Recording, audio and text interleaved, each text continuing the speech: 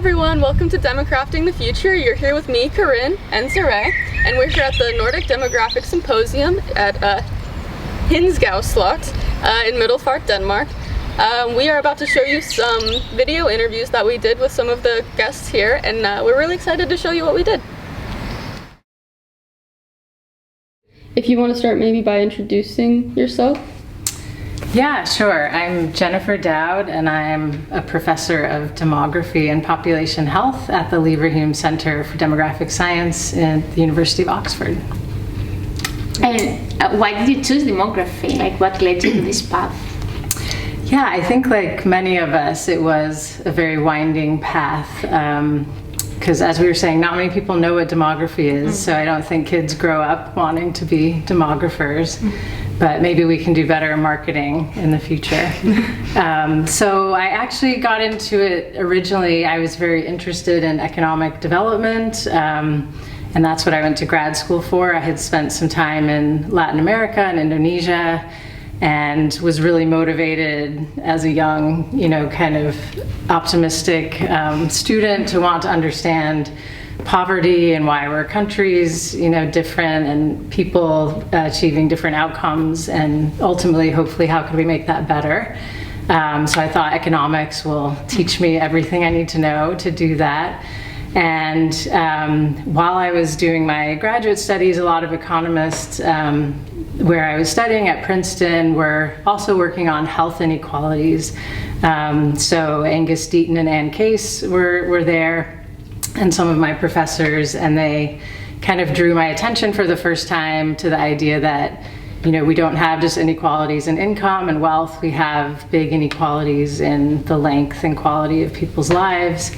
And that just really struck me. I think Alison van Raalte has a great quote, which in one of her papers, that all other inequalities are conditional on being alive. So it seems like that's one that we should really worry about.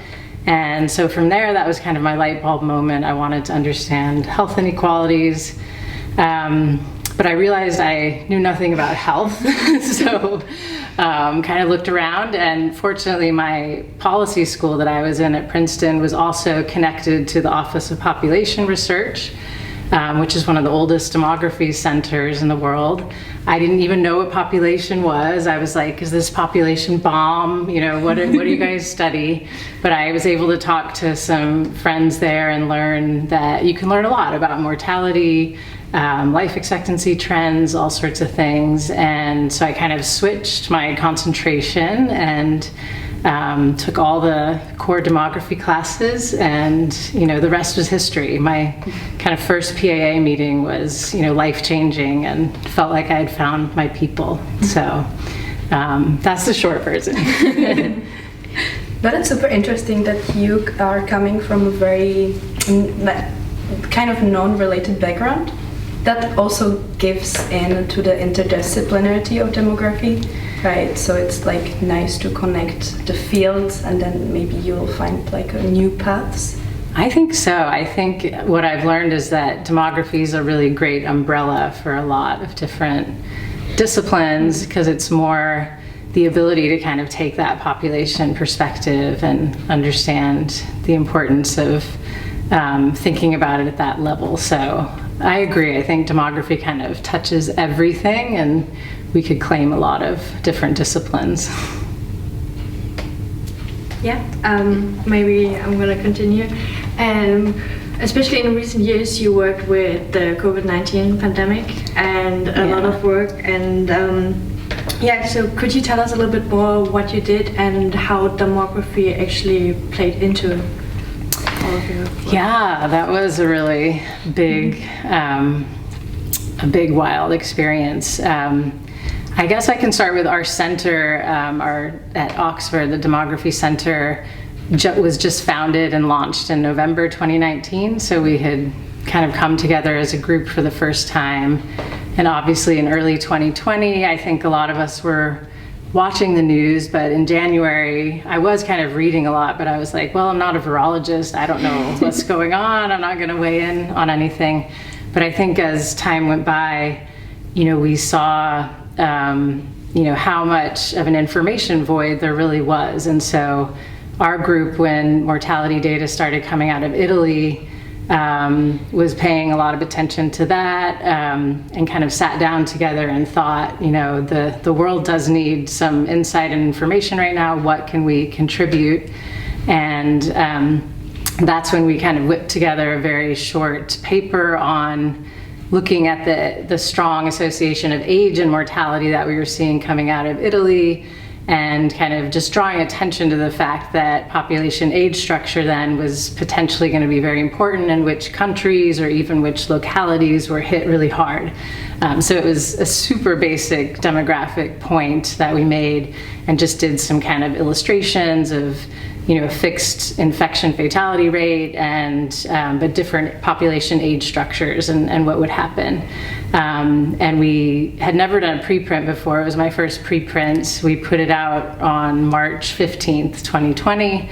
I also did my first Twitter thread ever. I remember sitting on my phone. I had no idea what I was doing, but it was just because there was no information out there and people were hungry for it. Everything kind of blew up. Our research group started getting tons of media requests, and started doing a lot more work even for policymakers who wanted kind of local estimates, like how do we think about hospital capacity with regard to age structure and demographics. And we were like, we can whip that up for you and get some ideas. And so it was really overwhelming, but at the same time, as we were kind of a new center and a small group of people, it brought us together, working together immediately, and that kind of momentum carried on. And we did all sorts of different work during the pandemic. But I guess for demography overall, I feel actually really proud of demography during the pandemic. I feel like we did make some outsized contributions compared to our, the size of our discipline compared to medicine, or even epidemiology got a bit of a spotlight during the pandemic. But I think demographers were really influential in, a lot of things, but estimating the early mortality burden. Things like excess mortality became very mainstream. Things that were very niche, to studying heat waves or something, and that demographers did became suddenly, whole dashboards on The Economist and Financial Times and New York Times. And so not only, calculating that, but being the group of people who could communicate, what does this measure mean? Why is that a helpful measure when we don't know if someone died of COVID? We can, this is a really great measure because we can just see how many people died above and beyond what would have been expected in normal times, and we don't have to, count on the fact that we recorded their cause of death accurately. So it was a small thing, but it made, in that moment, a big difference, because people were having fights about people are dying with, not of COVID. They're not really, we're overcounting these COVID deaths. And I think, demography was just really able to bring some of our standard tools to kind of show what was really happening.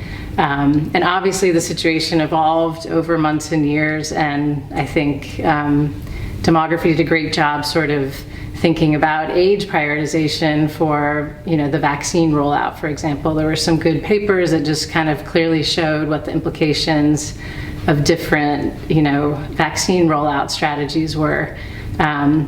So it was kind of, in my mind, this just amazing time when you're having this fire hose of raw data coming out, and demographers are kind of the ones who know how to look at that and make sense of it and immediately see kind of the biases, oh, you really need to adjust for age if you're going to calculate a fatality rate. The most basic things became so important, and I think population training ended up being really, really valuable in that crisis. Yeah, and I think also that during the pandemic, that was the issue. Suddenly, so much misinformation was spread, and so many people were talking about terms that they had no idea about. And suddenly, so many scientists, of course, they had to step up and inform the people. at least try. Yes. You have to put good information out there. Yes, exactly. And so you also had this initiative. Yes. In order to inform up the people and just bring science into real life. Would you like to tell us more about that? Yeah, sure. So that was kind of a parallel track to the COVID research, but also, funny enough, happened that weekend of March 15th, 2020. This is why it's seared in my mind forever. Some really friends, but colleagues who were all trained in population health. So largely a lot of kind of demographers, but some other disciplines. Well, just a couple people at first reached out and said, you know, we're all getting a lot of questions from family and friends, you know, and answering emails. And one of our colleagues had written a long email that they sent out to their family and friends, and then they asked if they could share it, and it kind of went viral, and it ended up in USA Today as like, here's what you should be canceling your spring break, don't pick your nose. Like, it was just this funny list of like, what would your epidemiologist neighbor tell you right now? And we just realized everyone had a million little questions about what they should be doing. And so these couple friends reached out and said, hey, we're going to put a Facebook page up. Would you mind like answering questions for like 2 weeks? This was the pitch, like for about 2 weeks, and you don't really have to know, just kind of like Google some stuff and like answer the questions. And we're like, sure, we'll do it. And the webpage and Instagram were the first things, was called Dear Pandemic, which was kind of like people asking questions, like the old Dear Abby columns. And then an early follower said something to the effect of, I would trust anything those nerdy girls had to say. And that became this nickname that persisted. So, and we kind of took that as a badge of honor, that we're like your nerdy, you know, friends next door, like who have PhDs and expertise to explain this. But we tried to do it in this very down-to-earth way that you would, you know, just accessible and not, you know, not judgy or, you know, being public health schooled. So that's how it kind of snowballed from there. And because the information, you know, was so in high demand at that time, the Facebook page grew really, really fast. We recruited some more women, and it happened to kind of all be women at first, which I think at first that was just kind of us recruiting our friends. And then we did kind of notice as the months went by that a lot of these initiatives were, who were doing this kind of public communication, were women kind of. And we realized, you know, women are often the disseminators of information in their families and networks. And so there's some interesting things about there, I think, about whose voices get amplified during a crisis too, because there were a lot of, you know, men who were doing their individual interviews on the news, but, you know, here we were collectively trying to get good information out in a different way. But it was an amazing experience. It's still going on, actually. After 5 years, Those Nerdy Girls still has a platform, and I learned so much about like the need, I think, for all of us to more clearly communicate our science, and that people really are interested, but you know, it's not accessible. And I think if you look at any of our papers that you guys must be reading for your classes, like most of it is not that, like even if you read the abstract, which this is a pet peeve now that I've written a lot more plain language stuff, is if I can't even tell the conclusion of the paper from the abstract, like it's really disheartening. So I know not everyone wants to go on social media and do that type of communication, but I've become a firm believer that all of us should get better at the, you know, clear writing. Like, you don't have to dumb things down to just write more clearly and communicate effectively. But then I do encourage people, if they're interested, to, you know, try to translate that into, you know, academic papers don't get wide readership. So if you have, you know, important findings, important points you want to make, you can still have that paper, but, you know, think about, you know, writing it up for some other venues like the conversation or a blog, or you know, a lot of our institutions have some kind of mechanism for disseminating summaries, like you didn't realize until you were looking for it how little of that was out there during the pandemic that was really accessible and understandable. So, now I think we have to fill that void in an ongoing way, so we're prepared for the next crisis. Yeah, I think that's why we have started our podcast. We have a website that we plan to publish little student snippets here and there next semester, I think, starting. Our generation is most easily reached on social media, on the internet, and it's important to reach that demographic of people, because if they're not reached, what's the point? If the people who are growing up and getting the new jobs and becoming the next generation of leaders aren't getting accurate and safe information, then what's the point? They're not going to open up PubMed and read the journals or something. No, I totally agree. And we got, we're all older than you, most of us who were doing this, and we got a little pushback at people who thought, oh, these social media platforms are such a cesspool. Why are you, out there? And we're like, that's where people are. You can't, not provide that information. If you want to have any chance of countering the bad information, you do have to meet people where they are and where they're getting the information. And so you're 100% right. And I wish I was better at TikTok, but that's not going to be my platform, but it's really effective. I watch TikTok a lot, and I am so impressed at there's a lot of garbage, but the effectiveness of that format for people who are good communicators, I think I'm so glad that you guys are diving in and doing stuff like that. Yeah, I think we have one last question before we have to wrap up, and that is, I think, my personal favorite. And it's, what is your favorite fun fact about demography? It doesn't have to be fun, but in general, what do you like to say when people ask you about demography? Oh, okay. What brings you joy about it? Oh, what brings me joy about it? I was trying to think of a strange fun fact. You can say also both. that.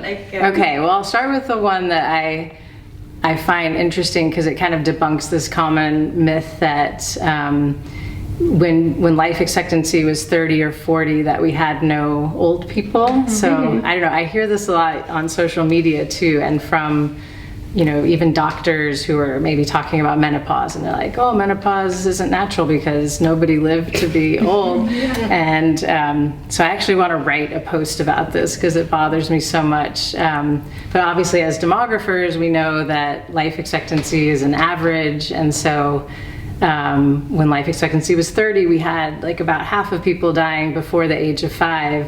But still, actually, then the other half were likely to live between 50 and 70. So that's just this little demographic myth that I like to debunk. But as far as what excites me about demography, I guess I would say when you really step back, and you guys did an episode on population collapse or that panic, but when you look at what we're living through, kind of me and my parents and grandparents, the demographic change is it's going to be unprecedented in human history. That, we went from 1 billion in 1800,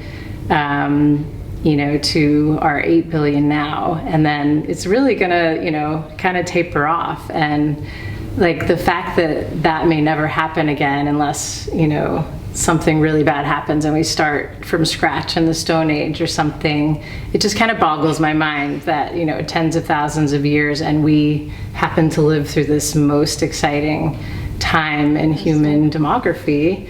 And I'm probably a little too old, but I have this fantasy that perhaps I could be alive at that peak moment of human population. And I know there's a lot to say about whether that's a good or bad moment for humanity, but still as a demographer, it would be kind of a peak experience, I think. So I'm shooting for that. And I have one last question. Since we are at the symposium, at the Demographic Symposium, will you give us a sneak peek on your keynote? Something. A teaser. Well, yeah, it's going to be a bit about some work on, kind of these bad signs we've seen for life expectancy in high-income countries. So both the US and the UK especially are kind of either really slowing down improvements or going in the wrong direction. So I'm going to kind of talk about whether we are in this new era of pessimism about human life expectancy. So stay tuned. It's interesting. Yeah. Well, thank you for Thank you very much. going for our podcast. We really appreciate it. Yeah, thank you. Yes, thank you so thank you, much for your guys. time.